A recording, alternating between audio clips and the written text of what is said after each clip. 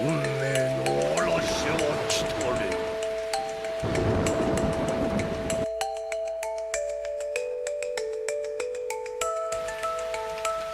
世界は我々の答えを待っている。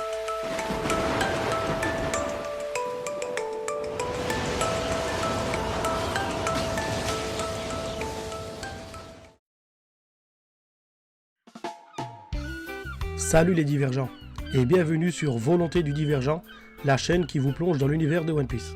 J'ai décidé d'entrer dans le YouTube Game, et ceci est ma toute première vidéo théorie. Vous l'avez compris, je m'y essaye. Et bien entendu, je compte sur vous pour me donner de la force et du soutien, et vous savez comment faire. Pouce bleu si la vidéo vous a plu, l'abonnement pour me suivre, et la cloche pour ne pas rater mes prochaines vidéos. Aussi, vous pouvez intervenir sur l'espace commentaire pour donner votre avis, échanger, débattre et bien plus. Dans le respect et la bonne humeur bien sûr.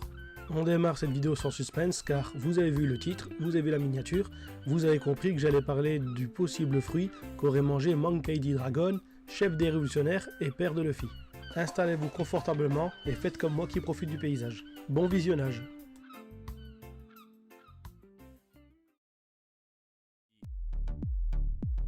Monkey D. Dragon fait partie des personnages les plus mystérieux de l'univers de One Piece. Déjà en tant que révolutionnaire qui comprend son hostilité envers le gouvernement mondial, mais aussi sa place dans le monde de One Piece et son rôle qu'il peut jouer dans l'histoire. Aussi en tant que membre de sa famille qui comprend son rôle de père avec Luffy et son rôle de fils avec Garp. Et bien sûr en tant que combattant d'un shonen, ce qui comprend sa puissance, mais aussi le potentiel pouvoir qu'il aurait pu obtenir d'un potentiel fruit du démon. Et ma vidéo du jour se concentre sur ce fruit du démon qu'il aurait pu manger. Cette vidéo théorie aura quelques éléments de réponse sur le mystère de Dragon lié à son fruit. Pour commencer, une partie de la communauté One Piece pense que Dragon contrôlerait la météo. Cela s'explique avec son apparition sur Lockdown, avec un éclair qui sauve Luffy de justesse et une apparition mystérieuse de Dragon sous la pluie et l'orage. À cela s'ajoute l'interaction de Dragon avec Smoker et ce vent qui balaye tout le monde après un discours de Dragon. Et toujours sur Lockdown et à proximité de Smoker, Dragon qui fait son discours sous la pluie et les éclairs. Et plus tard, sur le Great Terminal, une autre intervention de Dragon qui balaye les flammes avec le vent, menant tout de suite à son bateau. Mais il y a une chose que je dois bien avouer, c'est que contrairement aux autres éléments tels que les nuages, la pluie ou les éclairs, le vent, par ses couleurs vives, sont bien explicités. Après, cela peut s'expliquer comme intervention directe. Si la foudre qui a sauvé Luffy à Lockdown est bien une action de Dragon, c'est donc une intervention directe, ce qui explique aussi les couleurs vives. Et donc là aussi la foudre est explicitée. En bref, vous l'avez compris, même la présence et les possibles interventions de Dragon sont des mystères. Et on part donc sur de la spéculation. Avec les éléments que je viens de présenter, on va essayer de mettre ce fruit dans l'une des trois catégories connues. Pour ce qui est des Logia, la météo est trop vaste et représente trop d'éléments pour être représenté par un fruit Logia qui représente lui un élément. Il y a déjà un Logia qui représente la foudre, il y aurait pu avoir un Logia qui représente le vent et un autre qui représente les nuages, mais seulement un des trois et pas les trois combinés. On pourrait établir une règle comme quoi un élément peut engendrer d'autres éléments, par exemple le vent qui ramène les nuages qui génèrent la pluie et les éclairs, mais cela va gêner d'autres éléments déjà présents dans One Piece. Pour exemple, le Pika Pika no Mi de Kizaru n'a pas lieu d'être si le Mera Mera no Mi qui est lui-même un feu, le feu donnant de la lumière, plus besoin du Pika Pika no Mi pour générer de la lumière. Pareil pour le Moku Moku no Mi de Smoker, pas de fumée sans feu comme on dit. Pareil pour le Susu Susu no Mi de Karasu, la suie étant due à la combustion. Et j'aurais pu vous donner encore d'autres exemples pour montrer que si on devait justifier un élément par un autre, beaucoup d'éléments n'auraient pas lieu d'être dans le manga. Avec ce que je viens d'expliquer, j'élimine le Logia qui lui ne peut représenter qu'un élément et la météo lui étant un phénomène de plusieurs éléments. Passons maintenant aux paraméciens. J'avoue que cette catégorie de fruits du démon me perturbe énormément. J'ai l'impression que c'est le fourre-tout. Pour distinguer un paramécia, il faut toujours procéder à l'élimination. C'est pas un Zoan, c'est pas un Logia, donc c'est un paramécia. Preuve que ce fruit n'a pas de particularité propre. En plus, j'ai déjà remarqué des fruits du démon que je n'aurais pas mis dans la catégorie paramécia, ce qui montre un arbitrage sur les fruits du démon par moment. Après, c'est mon avis et cela n'engage que moi. En tout cas, je n'arrive pas à trouver de logique claire et précise. Mais partons sur les faits et ce que l'on sait sur les paraméciens. Lorsque je vais sur des sites wiki One Piece, le paramécien est souvent représenté en trois sous-catégories.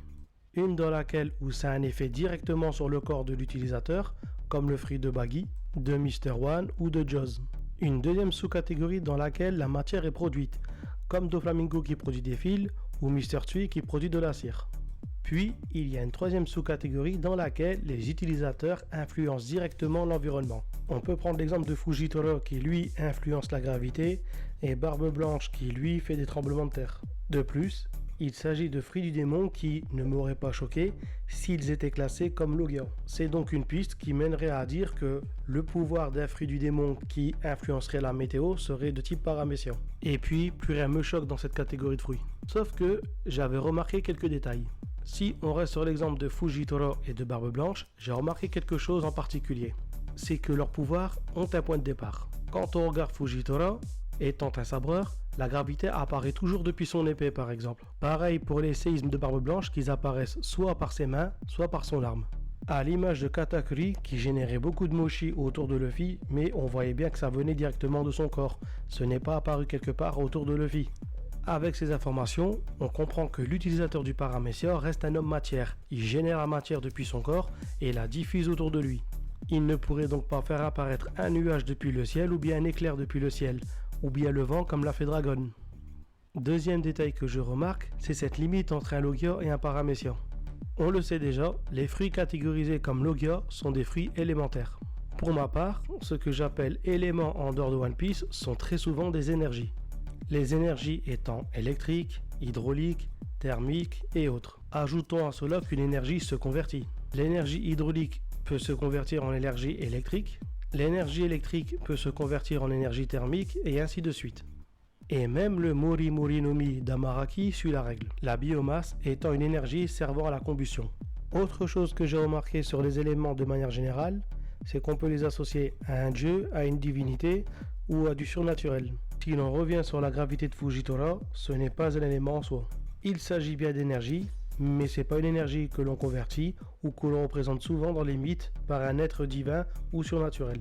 Ces deux remarques que je me suis faites sur les paramécia font que mon avis a changé. Et puis la météo en elle-même est élémentaire, c'est la somme des éléments qui fait que je ne la place pas comme Logia. Avec la réflexion que je vous ai partagée, vous avez compris qu'un potentiel pouvoir venant d'un fruit du démon ne pourrait pas venir d'un type Logia ou paramécia. Il nous reste une troisième famille de fruits du démon, oui, il s'agit du Zoan. Mais bien entendu, et vous l'avez compris, il s'agirait de Zoan mythique. Et j'ai un Zoan mythique à vous présenter.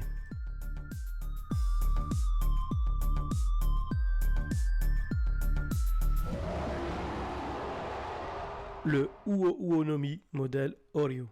Quoi? Mais t'es sérieux? T'as vu le manga ou pas? Y'a déjà un dragon, mais t'es con ou quoi? Oui, c'est bon, je le sais déjà, laissez-moi parler maintenant, stop. Oui, je le sais déjà, il y a déjà un fruit du démon mangé par Kaido qui transforme en dragon, je le sais. Mais laissez-moi finir cette vidéo et vous présenter les éléments, ça peut vous intéresser. Et puis, si vous n'êtes pas d'accord, j'ai quelque chose à vous proposer. Laissez un commentaire et vos arguments, la vidéo est aussi là pour ça. Je rappelle que c'est une chaîne dédiée au manga One Piece pour des fans de One Piece. L'intérêt de ces vidéos est de deviner ensemble la suite de One Piece. D'où l'invitation à écrire dans l'espace commentaire, dans le respect et la bonne humeur toujours. Donc je reprends. Où j'en étais déjà? Ah oui. Selon moi, Dragon aurait mangé le fruit du Uo Uo no Mi modèle Oryu. Un dragon oriental comme celui de Kaido. Le simple fait que le Uo Uo no Mi ait des modèles donne la possibilité d'avoir d'autres dragons. Je m'explique. Les dragons des mythes japonais sont principalement repris des dragons des mythes chinois. Je vais donc m'appuyer sur les sources chinoises pour me justifier. Mais d'abord, voyons quelques éléments qui me penchent vers l'idée d'un dragon. Premier point qui est peut-être sous nos yeux depuis le début, son nom. Monkey D. Dragon. Je ne vais pas m'attarder dessus, vous avez compris. Le fait aussi qu'il est opposé à des dragons célestes, dont il veut renverser l'ordre car il n'y voit que le chaos. Le fait aussi que Sabo a des techniques liées au dragon. De plus, depuis qu'il a le Mera Mera no Mi, cela le lie davantage au dragon. Pour rappel, Sabo étant enfant, a été sauvé par Dragon qui l'a pris sous son aile et l'a fait grandir chez lui, chez les révolutionnaires, faisant de lui très probablement son élève, d'où les techniques de dragon qui ont été transmises aussi.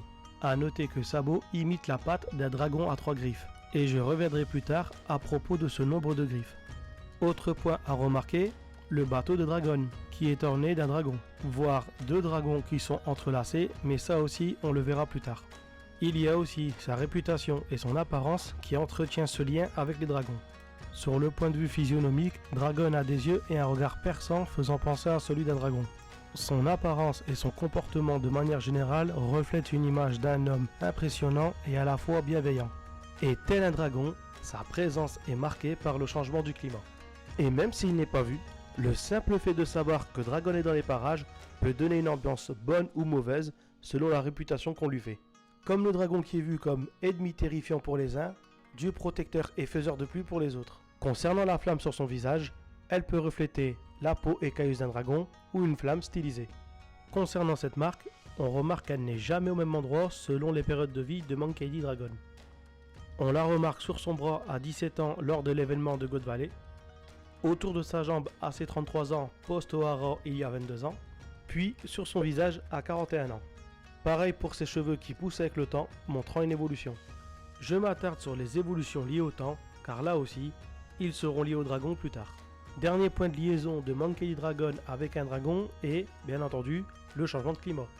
Tous ces points que je vais de présenter sont axés sur l'effet et l'image que fait paraître Dragon. Passons maintenant à l'étude des dragons asiatiques. Les dragons asiatiques présents dans les mythologies de Chine, Japon, Corée, Vietnam et Tibet sont très différents des dragons occidentaux.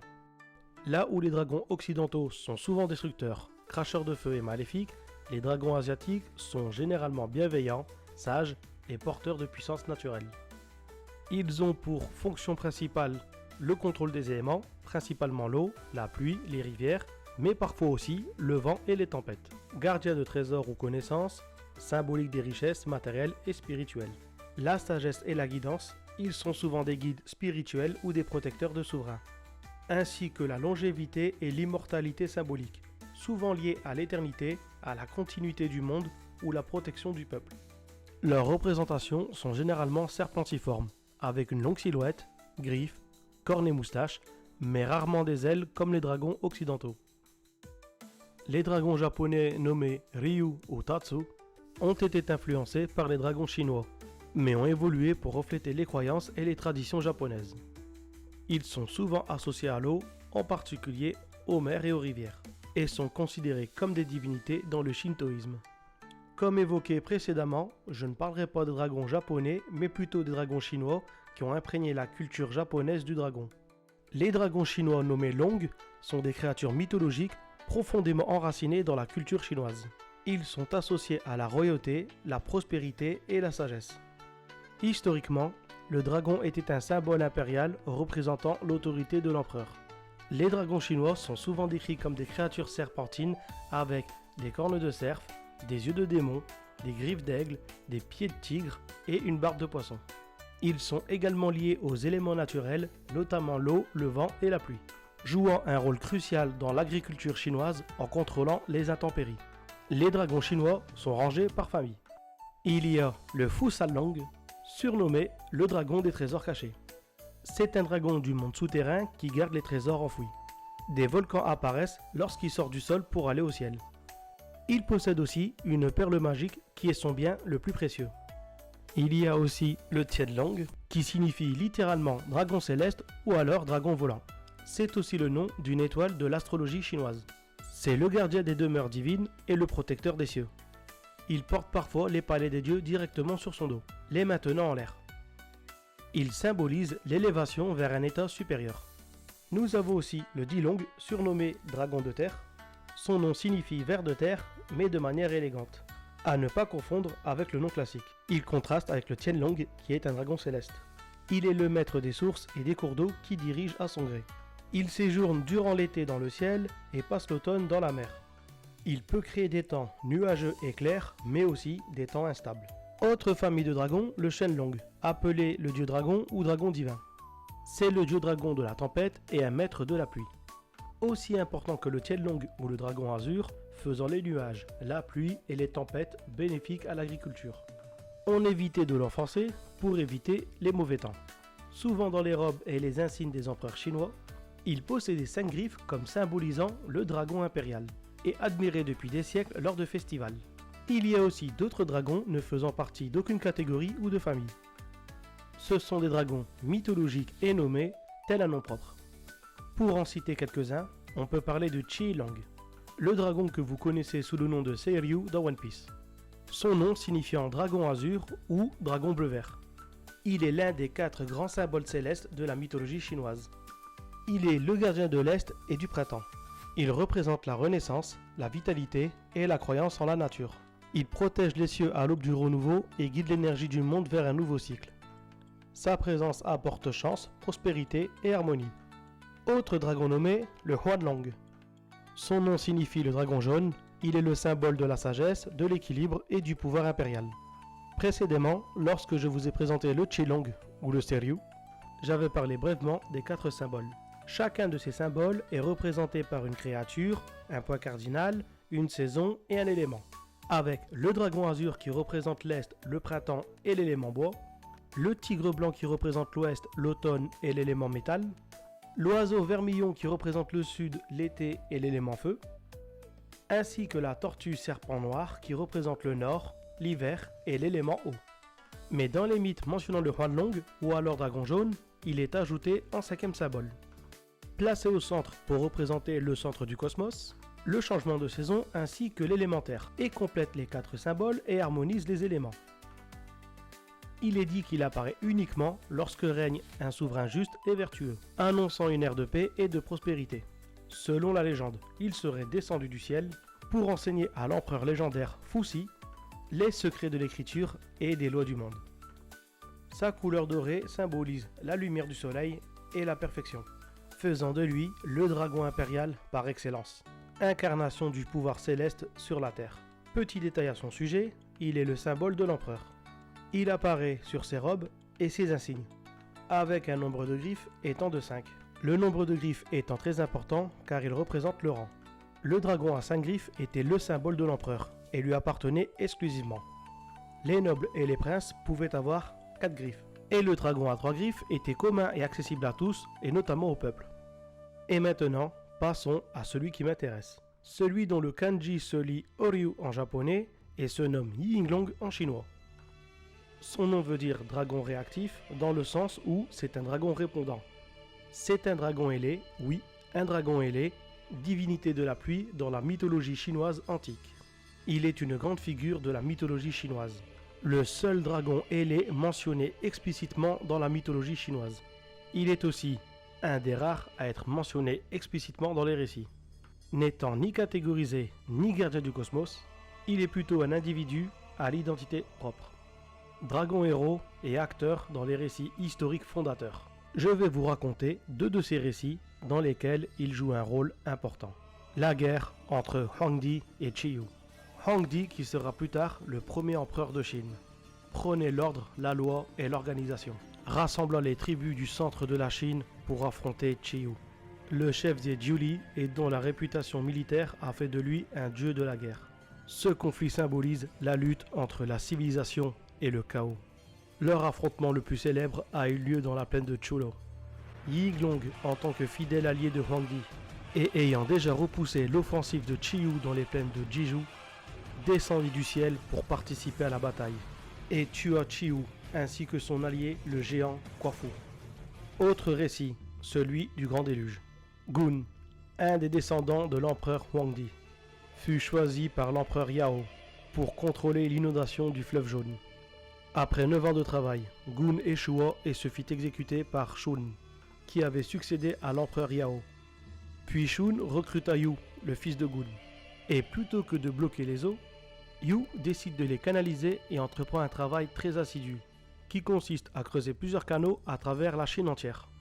Et c'est à ce moment que Yinglong intervient pour aider Yu dans la création et l'irrigation de canaux divisant la Chine ancienne en 9 provinces. Le grand déluge fut contrôlé, et Yu fut alors reconnu comme souverain légitime, et fonda la dynastie Xia. Ces 2 récits racontés donnent une image très claire du dragon Yinglong, ou si vous préférez, Oryu.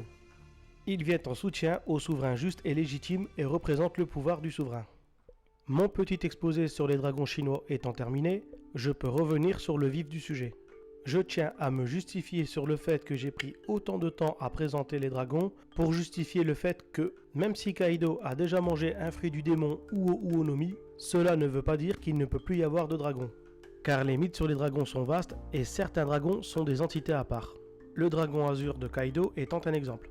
Et pour rappel, Le dragon azur est un modèle et donc une variante du Uo no Mi. Et s'il y a variante, il y a donc variété. Cet exposé, c'est aussi pour marquer l'importance du dragon dans la culture asiatique, notamment dans la culture chinoise mais aussi japonaise. Et Eiichiro Oda se servant souvent de mythes pour écrire son manga One Piece, il est donc fort probable qu'il s'inspire des mythes et des récits parlant de dragons. Aussi, le temps que j'ai mis pour présenter les dragons, et pour expliquer que les dragons sont des contrôleurs de météo, et des créatures impressionnantes mais à la fois bienveillantes. Critère que j'avais annoncé pour Monkey D. Dragon. Avant de revenir sur ce dernier, je vais revenir sur un point qui était le nombre de griffes dans One Piece. Tout à l'heure, j'avais expliqué que le dragon était un symbole impérial, et que le nombre de griffes indiquait un rang. 5 griffes pour l'empereur, 4 pour les princes et les nobles, le 3 griffes, lui, étant commun et accessible à tous et donc au peuple. Celui de Sabo étant de 3 griffes, il montre clairement sa position avec le peuple. Quant au symbole de dragon céleste, on peut y voir la patte d'un dragon à 4 griffes, ce qui est très cohérent avec leur statut de noble. Pour ce qui est des 5 griffes, je suis persuadé que vous avez votre idée, et je ne vais pas m'attarder dessus. Maintenant que j'ai analysé les techniques de Sabo et l'imitation de la patte d'un dragon, je peux revenir à son mentor, Dragon. Concernant ce dernier, j'avais énoncé toutes les concordances qu'il pouvait avoir avec un dragon. J'avais énoncé son image de manière générale, ce qui comprend son apparence et son comportement qui reflète un personnage impressionnant mais protecteur. Le fait qu'il soit lié à la météo comme les dragons, les techniques de Sabo et la symbolique que Sabo a pu hériter très probablement de Dragon. Son bateau orné de dragons sur lequel je devais revenir et parler de ces dragons entrelacés, car souvent les personnages de mythologie chinoise ont un char qui est tiré par 2 dragons entrelacés. Le bateau de Dragon étant orné de 2 dragons qui se rejoignent par les extrémités, notamment la queue et la tête qui unit les 2 dragons. On peut donc y voir clairement un entrelacement. Tous ces points présentés font converger vers les dragons de manière générale, mais nomment aucun dragon précis. Transition toute faite pour vous parler d'un dragon précisément. Tout à l'heure, j'avais spéculé sur un fruit du démon qui se nommait le Uo no Mi modèle Oryu. Ce nom, Oryu, appartient communément à 2 dragons bien distincts. Cela vient du fait que le kanji qui est à l'origine chinois et repris par les japonais peut avoir une écriture mais 2 lectures différentes. Tout à l'heure, j'avais présenté 2 dragons qui étaient le Huanglong et le Yinglong. Tous les 2 ont bien leur kanji dont leur nom chinois est bien indiqué. Mais lorsque ces kanji sont liés en japonais, on arrive au même nom. Et donc même si nous avons 2 écritures différentes, tous les 2 en japonais vont se lire Oryu. Si le modèle Oryu viendrait à exister, ce n'est pas impossible que Eiichiro Oda fasse des jeux de mots et combine ces 2 dragons. Pour ma part, seulement l'un de ces 2 dragons m'intéressait, et m'a inspiré du nom Oryu pour le modèle du fruit du démon que j'avais spéculé. Je parle bien entendu de Yinglong. Je vois en ce dragon beaucoup de similitudes avec le personnage de Monkey D. Dragon. En outre des concordances avec les autres dragons, je vois aussi des points communs directs entre Yinglong et Monkey D. Dragon. Tout à l'heure, j'avais fait une remarque concernant les cheveux et la marque de Dragon qui évolue. Selon moi, cela est pour visualiser l'évolution de Dragon dans l'ensemble de son histoire. Toujours en lien avec le dragon répondant Yinglong, qui est une créature qui a évolué avec le temps. Mentionné dans le Shuiji, qui veut dire littéralement note sur les choses étranges, et dans lequel il est écrit que, après 500 années, un serpent d'eau devient Jiao, ce qui veut dire dragon des eaux. Et après 1 millier d'années, le Jiao devient Long, ce qui signifie dragon. Après 500 années, le Long devient Julong, ce qui signifie dragon cornu. Et après 1 millier d'années, ce Julong devient Yinglong. Ces notes sur les choses étranges expliquent bien que le Yinglong est un dragon millénaire, mais aussi une forme de dragon ultime, au top de l'évolution des dragons.